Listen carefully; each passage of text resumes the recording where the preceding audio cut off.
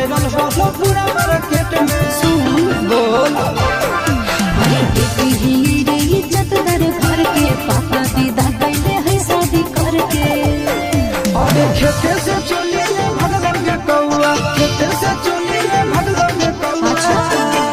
आगे तोर होलो बउआ, आगे सोर होलो गौआ। अरे चुप रहा।